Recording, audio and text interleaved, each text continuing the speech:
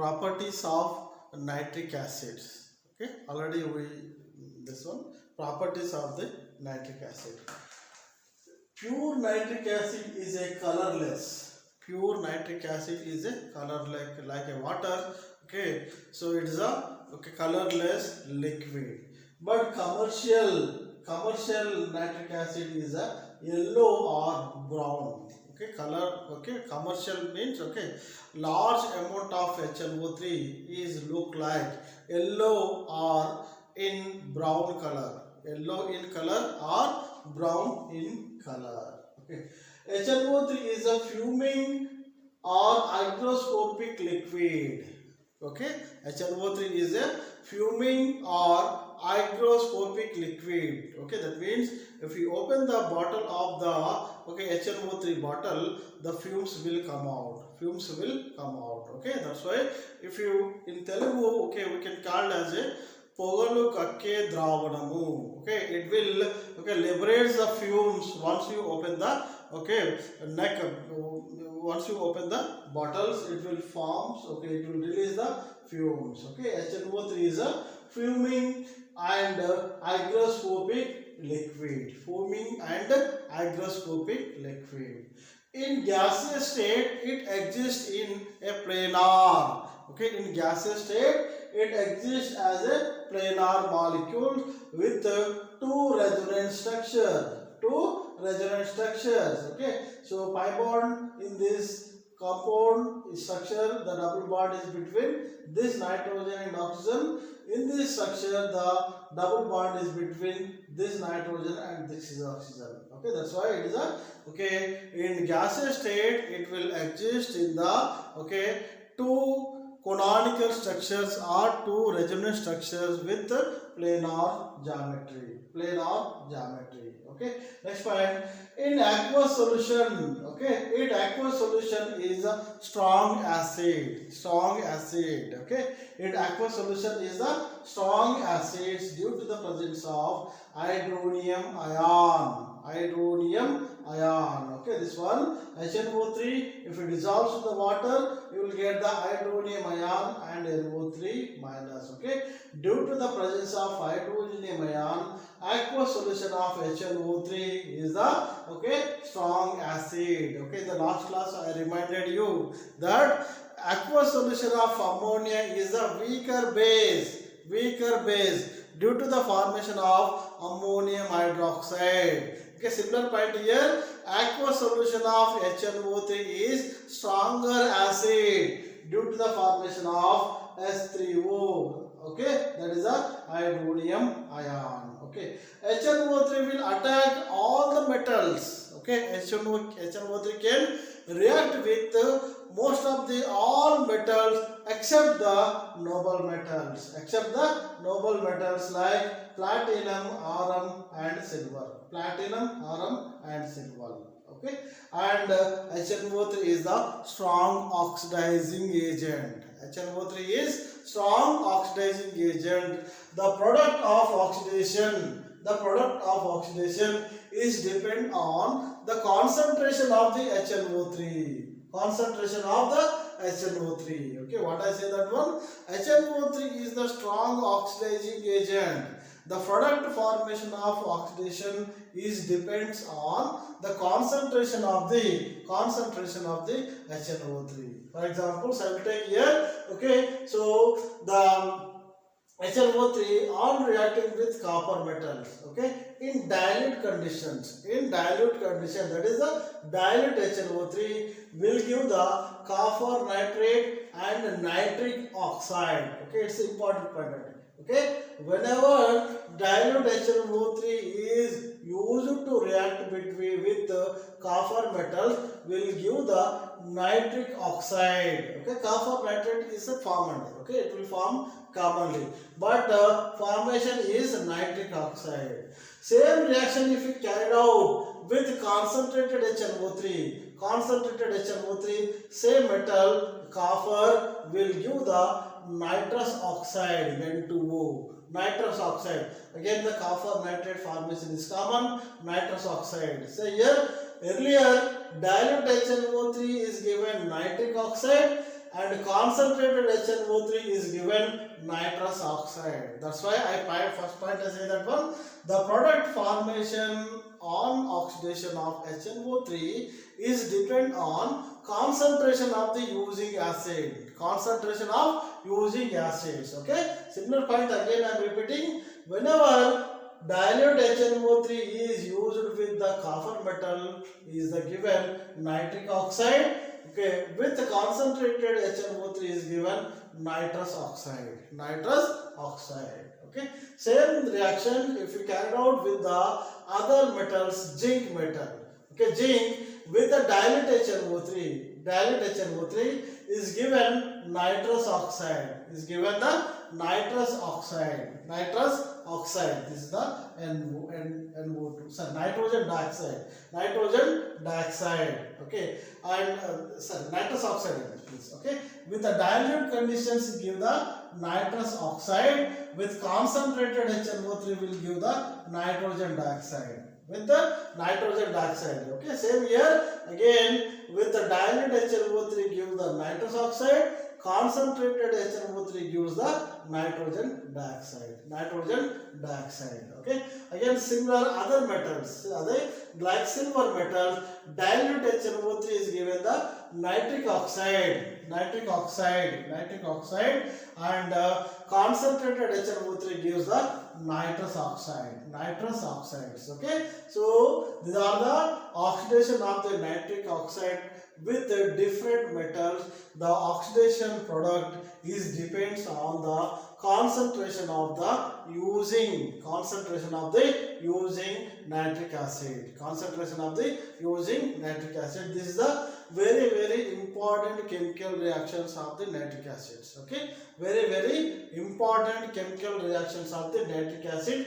The same reactions asked in the in P2 7 examination. Write the product formation of the HNO3 with the different metals. That's why so very important this point. Okay, so the reaction of the HNO3 with the different metal is depend on the concentration of the nitric acid. Okay, if you use the dilute HNO3 you will get the different product and a different product will form, and if you use the concentrated HNO3 you will get the different product. That's why these chemical reactions are very important. These are the reactions of the HNO3 to the metals. Okay, I said that one. Here also HNO3 will react to the all metals and non-metals except the noble metal. Okay, that's why next one is the oxidation of the non-metals. Oxidation of the non-metal. What are the non-metals? Iodine, phosphorus, sulfur. Okay, this side. Okay, this one. Iodine. Okay, here it will give the corresponding oxo acids. Okay, so what I am saying that one HNO3 are reacting with the non-metals. HNO3 or nitric acid on reacting with non-metals will give corresponding acids.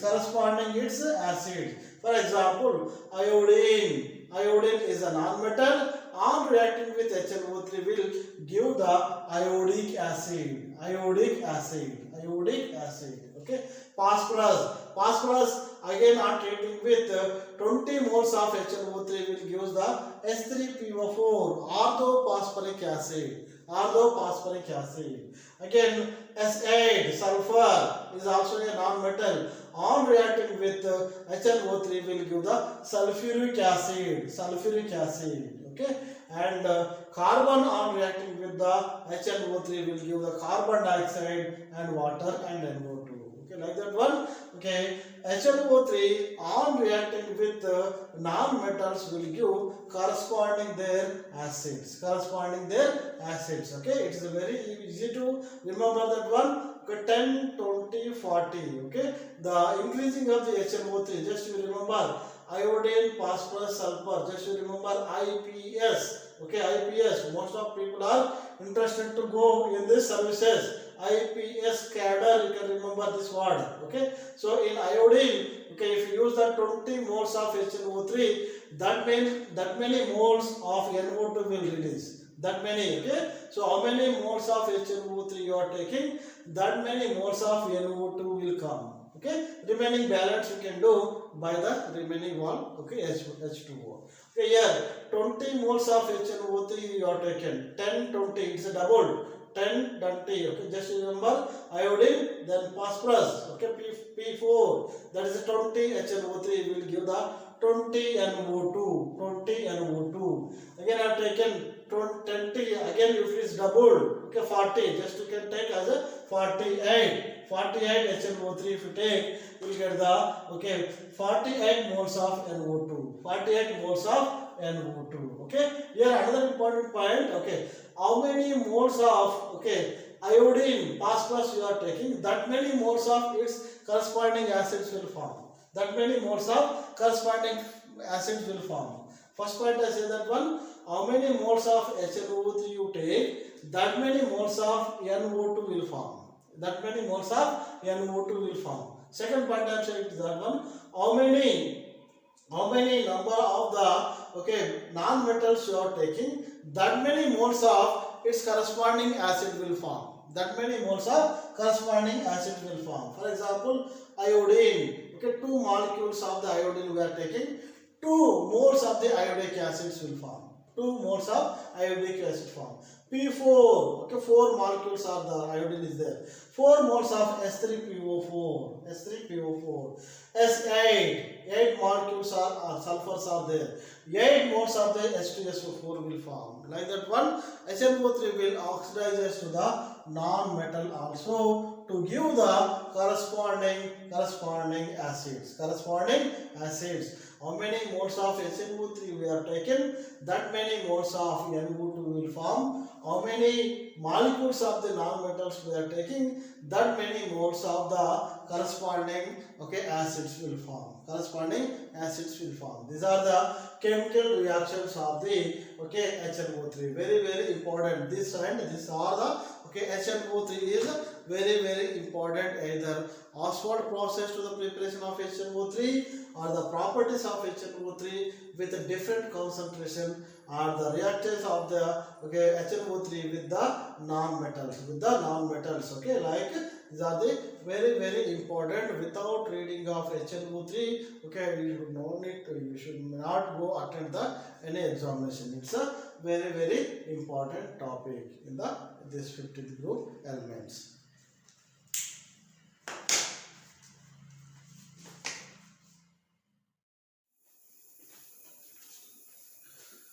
Test for nitrate ion. That means how can we identify the nitrate ion present in the given salt solution. Okay. This nitrate ion may be present in the combination of other counter ion. That means other positive ion like copper nitrate, copper +2 and NO3 minus. Okay, and zinc nitrate, okay, zinc +2 and NO3 minus. Okay, that means it may be present combination of other counter ion like copper nitrate or zinc nitrate. So if it is present with other counter ion, how can we identify the presence of nitrate ion given in the salt solution? Given in the salt. Okay, this test generally we used to do in the laboratory. Okay, in the semester 1, P2 semester 1, okay, in the laboratory, that is the systematic analysis of the salt solution. Okay, due to the COVID, okay, we are unable to start, okay, this laboratory. That's why unable to start the lab. Okay, but okay, we have to study how can we identify the, okay, this nitrate ion present in the given salt solution. Okay, so generally we will give the salt. That may be solid. Okay, generally salts are solids. Okay, to that one, okay, we are making the aqueous nitrate solution. That means what we are taking? We are taking the salt in the test tube. To that we are adding 3 to 4, okay, ml of the water molecules. That is called aqueous nitrate solution. What we have taken? We are taking the salt To that we are added water, that is become aqueous nitrate solution. To that iron sulfate is added. Freshly prepared iron sulfate is added. Okay. To that, okay, freshly prepared iron sulfate is added. So now it is a combination of aqueous solution of nitrate plus ferrous sulfate, freshly prepared ferrous sulfate. So both are shaking for some time. Just shake it for 1 minute. Okay. To mixture of this solution, okay, concentrated H2SO4 is added along the side of the test tube. Along the side of the test tubes. Okay, just I have take here. Okay, here. Okay, this is the test tube here. So first we what I have taken? The salt of the nitrate I have taken, aqueous salt of the nitrate. To that, okay, ferrous sulfate is added. Ferrous sulfate is added. Okay, so at the side walls of the test tubes, okay, like this one. Okay, side wall of the test tube, concentrated H2SO4 is added. Concentrated H2SO4 is added at the side wall of the test tube. So observation. Okay, when we added concentrated H2SO4 at the side wall of the test tube, what will you observe? A brown ring is formed. A brown ring is formed at the junction of two layers. At the junction of the two layers. This is the liquid one. Okay, this is the liquid 2. Okay, liquid 1 is ended up to here. Liquid 2 is started. That's why at the junction of the two layers, a brown ring is forming. That is indicating given salt is having nitrate ion. Don't think it is a red ring. Okay, I don't have the brown markers. That's why I used the red marker. Okay, it is a brown ring will form at the junction of the two layers. Okay, brown ring is formed at the junction of two layers, indicating the presence of nitrate ion in the given salt solution. Presence of the nitrate ion in the given salt. Okay, this is the reaction taking place. Nitrate ion on reacting with iron plus 4S plus ion. Okay, will give the nitric oxide and Fe3 plus. Here Fe plus 2. It's converted into Fe plus 3. It's oxidized. Okay, and this Fe plus 2 again reacting with water molecules, it will form a complex compound hexa-aqua iron, hexa-aqua ferrate. Okay, this hexa-aqua ferrate, a complex compound, again reacting with NO, nitric oxide, it will form nitroso-penta-aqua ferrate. Okay, nitroso-penta-aqua ferrate. Okay, it is a brown ring. This is the formula for the brown ring. Okay, so it will form at the junction of the two layers. Very simple to identification test of the nitrate. So what we are taking? We are taking the aqueous solution of nitrate. To that we are added freshly prepared iron sulfate to this mixture. At the side wall of the test tubes, we are added concentrated H2SO4. At the side wall of the test tubes, we are added concentrated H2SO4. What do we observed? At the junction of the two layers, a brown ring is formed. At the junction of two layers, a brown ring is formed. That is indicating the given salt is having nitrate ion. It's a very important. The brown ring test also very important.